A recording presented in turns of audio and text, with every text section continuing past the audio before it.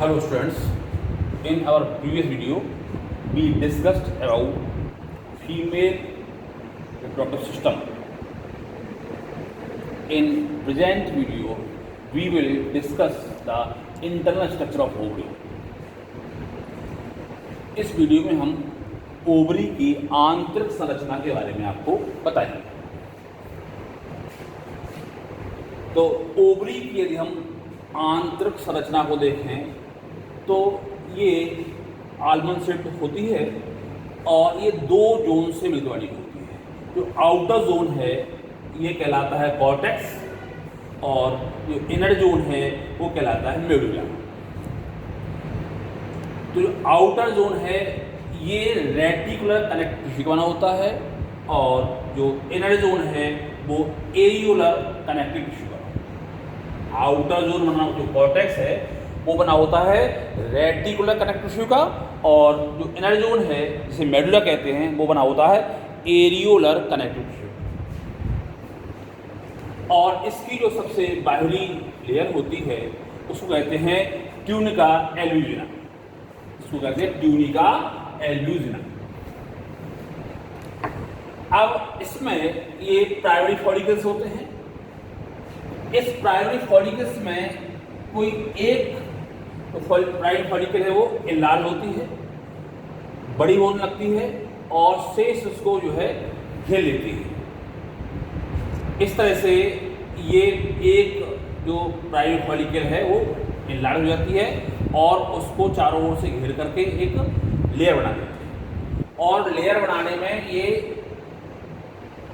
एक cavity develop हो जाती है। इसके अंदर जो रहता है वो कहलाता है सेकेंडरी oocyte। तो यदि हम सेकेंडरी oocyte या इसको हम ग्राफियन फॉलिकल भी कहते हैं। Graafian follicle Graafian is the name of scientist. So the spelling is the इसकी स्पेलिंग है वो उसी साइंटिस्ट के नेम पर दी गई है, ग्राफियन फॉलिकल नाम दिया गया इसको। अगर हम इस ग्राफियन फॉलिकल का एक अलग से डायग्राम ड्रॉ करें तो हम देखते हैं कि जो ग्राफियन फॉलिकल है इसकी जो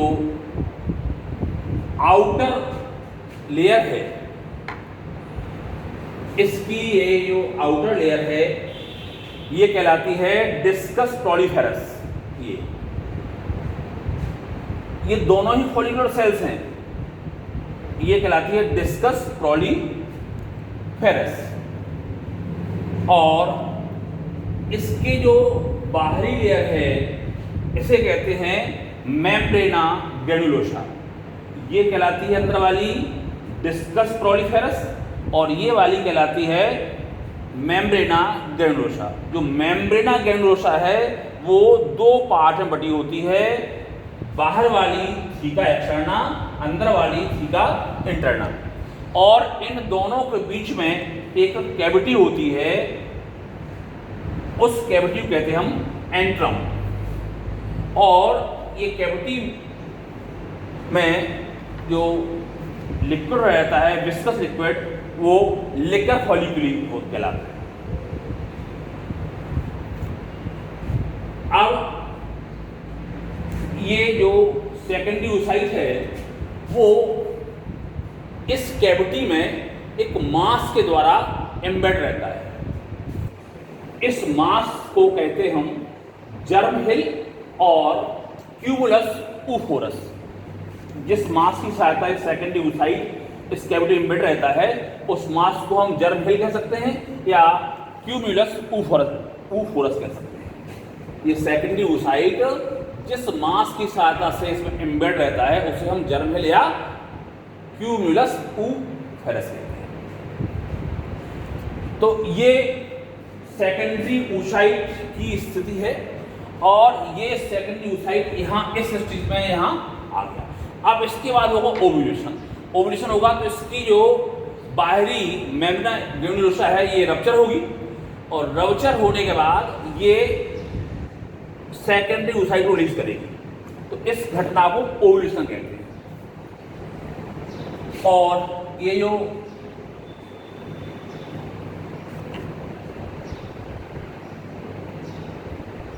सेकेंडरी oocyte रिलीज होगा तो ये जो इसके बाहर आ जाएगा, कैसे कहते हैं, कॉर्पस हीमोरेजिकम। जो ग्रेफियन फॉलिकल है उसकी स्थिति 3 कंडीशन बनेगी। ये कहलाई कॉर्पस हीमोरेजिकम, और इसके बाद जब ये और बिल्कुल इससे अलग हो जाएगा सेकेंडरी oocyte, और तब ये जो ग्रेफियन फॉलिकल है ये काम करेगी एक एंडोक्राइन ग्लैंड की तरह, और एक प्रकार का हार्मोन का स्राव करेगी जिसे हम प्रोजेस्टेरोन हार्मोन्स कहते हैं। अब इसका नाम हो जाएगा कॉर्पस ल्यूटियम। इसके बाद ये डीजेनरेट होना शुरू होगी तो इस कंडीशन से कहते हैं कॉर्पस एल्बिकन्स।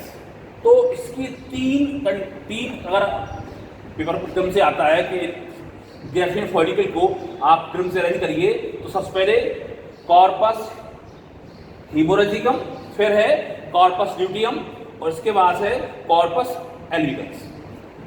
तो this is all about the internal structure of ovary.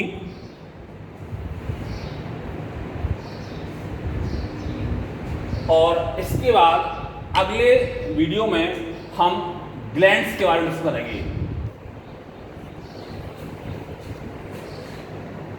Thanks.